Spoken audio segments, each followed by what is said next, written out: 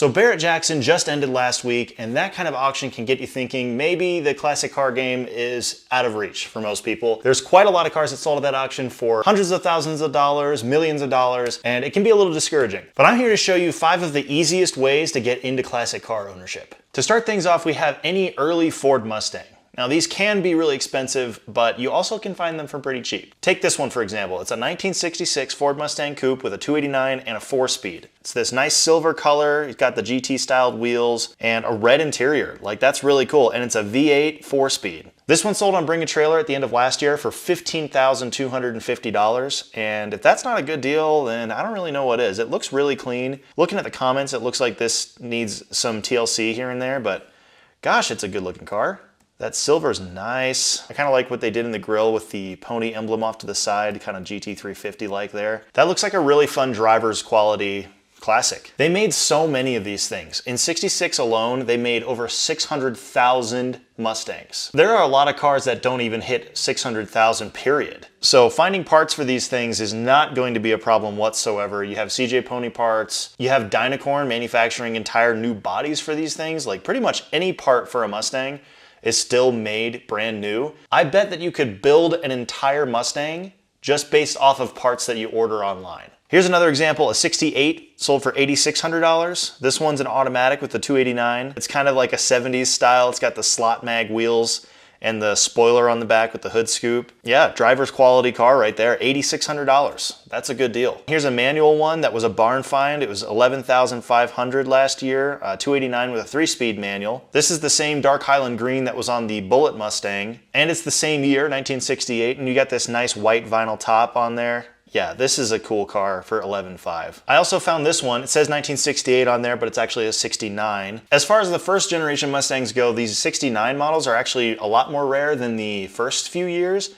And this one, you get a convertible V8 stick for $12,500. That's pretty awesome. There's obviously some rust on this example. None of these cars are perfect, but it doesn't mean you can't drive it and enjoy it. You can also get into Fox body Mustangs pretty cheap. So here's a nice 1984 GT convertible for 14 grand. You've got the white on white. I like that white interior. And yeah, this one may look a little bit rough around the edges. The seats are a little dirty looking, but great driver quality car. And with that 5.0 V8, I'm sure you're gonna have a lot of fun with that one. I also found this 83 Mustang with a 5.0 and a stick as well. And the interior is a lot nicer on this one. And this one's, they're only asking 10 grand. I don't know what's up with these pedals though. That's pretty hideous. And there's some wiring issues going on here. Yeah, that's a really clean engine. Nice red paint. And it looks like this one's a GLX, not a GT, but you still get the V8 and a manual. Only 10 grand for that one. I think the first gen Mustang is probably one of my favorite ways to get into the classic car game. It's actually how I got into it. Here's a picture of my Mustang from when my dad and I bought it in 2012 for only $5,500. This was a good deal even back then. I don't think you could get one in this condition for that price today, but still. Next up, I chose the Mercedes SL, particularly the R107 generation. You can spend a lot of money on an R107, but you can also spend a little amount of money and get yourself a good deal. Found this 1975 450 SL with the European headlights, which I like much better, for only $10,900. And this is a nice color combo. It's white on brown, and the brown interior looks really nice. Let's get to that. That is just some chocolate brown right there. That looks good. Here's an early example with the small bumpers. Before 1974, you could get these in the US with the small bumpers. I like these early R107s with the painted to match the body color wheels. I think that looks really sharp. And this one's 15 grand and it's in pretty good shape. You got white on black. You can still find parts for these R107s relatively easily, and they're pretty reliable vehicles. They don't have all the electronic stuff that the later SLs had, or the hydraulic top like the R129 SL. And if you go into the 80s with the 380 SL, they get a little bit cheaper. Here's a 1982 in blue. It's only $8,500. That looks nice. That would be a nice little driver. This car sold on Cars and Bids a couple months ago, and I actually went to look at this car. This one was a perfect example of a driver's car that needed a bit of work, but mechanically it was fine, for only 5 grand.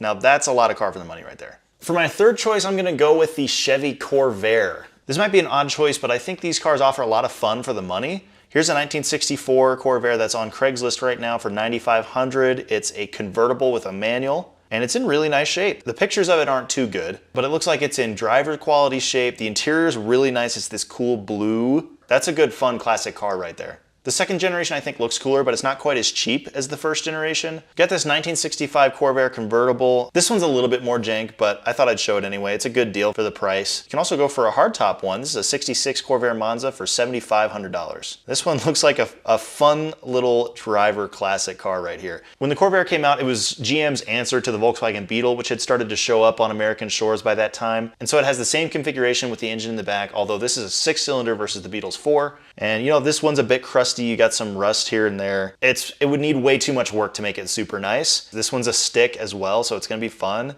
I love this thin rimmed steering wheel right here. Yeah, I always thought these were super cool. And since the engine's in the back, you get the flat floor with no transmission tunnel, so that's kind of cool as well. Got a lot of space in the frunk here. I love it. This is a great little car for $7,500. For number 4, I'm gonna say pretty much any old pickup truck. Mostly Ford F-100s, F-150s, F-250s are gonna be the easiest to come by. I have here a 1968 Ford F-250 Highboy, which was the 4x4 from back then. This one has the 390 with a stick and 4-wheel drive, of course, and it's a nice blue on white. The interior is a bit rough, but honestly, putting a new carpet in this and then reupholstering the seat would make it like 10 times better. Yeah, so this one has a rebuilt drivetrain, not just the engine, but the transmission as well. And yeah, 10 grand. That's a fun little truck right there. I really like this one. This one just has some old school charm to it. It's a 72 F250. Same as before, this one's the 390 with 4x4 and a manual transmission. But this is a Ranger as well. It's got really nice tires on it. Unfortunately, this one has a little bit of rust here and there. But we're gonna gloss over this rust. We're just not gonna talk about that. There's also this one that I found on Hemmings. This is a Ford F-100 Ranger. So the Ranger back then was the range topping model, if I'm not mistaken. This one's this really nice, slick, black on white. And it has a red interior, which is just so nice. Oh yeah, I love that. It looks like we got a 3 on the tree because it's the stick, but the shifter's on the column. There's also this 1977 F-150 for $9,500. This is a 4-wheel drive with a stick. And it's got this kind of nice color combo, green on light green. I've said that about every single truck on here. I love how they do like the two-tone thing on these old trucks. The engine looks pretty healthy, and the interior is not as bad as that first one. Still is a little bit rough, but it matches the outside. Yeah, nice truck there. Lastly, for number 5, I'm gonna say pretty much any old sedan or obscure older vehicle. These can be really easy to get into if you find the right one. And I'm talking all the way back to the 1940s. You can go 40s, 50s, 60s, 70s, even into the 80s. You don't actually have to compromise to get a nice old classic. This one's really nice. A 1950 Dodge Meadowbrook. I just love some of the angles of these pictures. They did a really good job. Oh, it's missing the G in Dodge. I actually love the way it looks with the Blackwall tires too and the dog dish hubcaps. That interior looks so nice, so comfortable. These square gauges I love. And the color combo, blue on brown, that's really nice. You'd never see that today. You got yourself a really reliable flathead 6-cylinder engine. It's not gonna make any power, but they're not asking too much for this one either. I think, what is this one? 9 grand.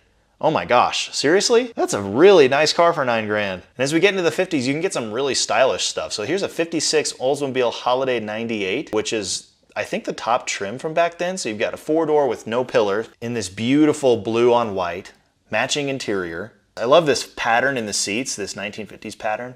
That is fantastic. And you got power windows on here. A lot of the times you can find a cheap classic like this one.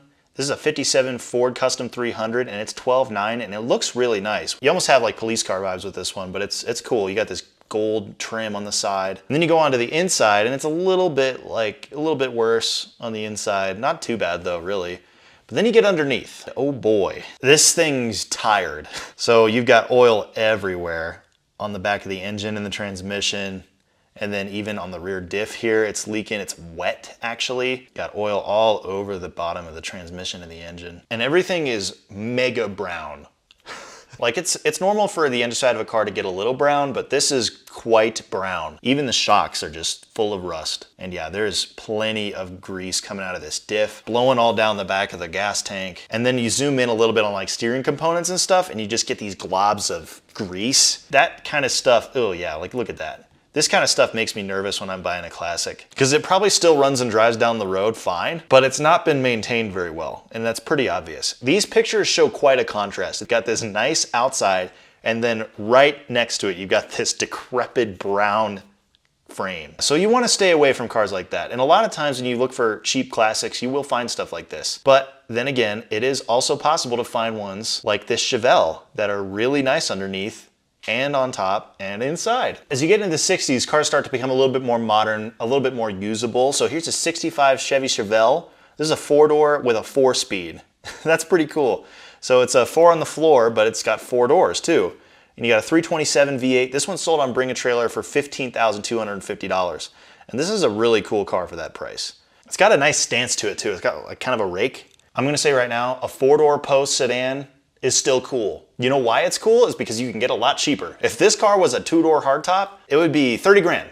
It'd be 30 grand at least. Here's a 71 Oldsmobile Cutlass Supreme, 4-door again. You got this bronze color with matching wheels and a white vinyl top and a 4-door hardtop, pillarless. Oh man, oh they missed an opportunity there. They could have gone Oldsmobile and made the trunk lock the O, but instead it kind of looks like it says Oldsmobile. Yeah, you got these color matched wheels. That looks nice. And then the interior matches the outside and ooh, I love this. I love this interior. 14 grand for that one. Or you can go full on luxury. This is a 74 Lincoln Town Car for only 7,900 bucks. It's got this very 70s color scheme going on here. Vinyl top looks like it's in nice shape. What do we got on the inside? Look at the size of these headrests, for goodness sake. And this shag carpet going up the back of the seat. Wow, that dash, that's all wood. Yeah, you're not gonna be getting very good miles per gallon, but you're gonna be getting a lot of fun out of it. I don't want to say smiles per gallon, but you'll be getting a lot of fun. You can also go European. Here's a 71 Mercedes-Benz 280S. This is the predecessor to the S-Class. You got these same painted wheels that I like on the early SLs. And you got this nice white on brown color combo here. I've always thought these old Mercedes were very handsome cars. That definitely holds true for this one as well. And that interior is just cool. I mean, that steering wheel's really cool. It's classy. Yeah, this is a nice car for only $9,995. So no, you don't need to spend hundreds of thousands of dollars for a classic. You can get into the game for a nice cheap price, and you can still find cars that are reliable and have good parts support and make pretty decent daily drivers. Go ahead and comment down below which one was your favorite. I think mine was probably this Chevelle or this Corvair. Just the Corvair just for the price, but overall, the Chevelle for sure. Now go buy one. Bye.